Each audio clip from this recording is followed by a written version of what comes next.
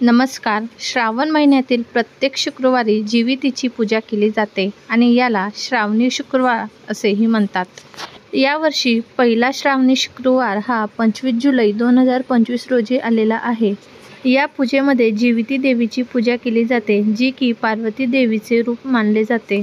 जीविती ही मुलांची रक्षण करणारी देवता मानली जाते आणि तिच्या पूजेमध्ये तिच्या चित्राची किंवा प्रतिमेची पूजा केली जाते. पूजेच्या दिवशी जीवितीच्या चित्राला गंध, फुले, अक्षदा अर्पण करून धूप दीप लावले जाते. तसेच नैवेद्य दाखवला जातो आणि मुलांसाठी प्रार्थना केली जाते. नैवेद्यामध्ये साखर, चणे, फुटाणे यांचा नैवेद्य दाखवला जातो.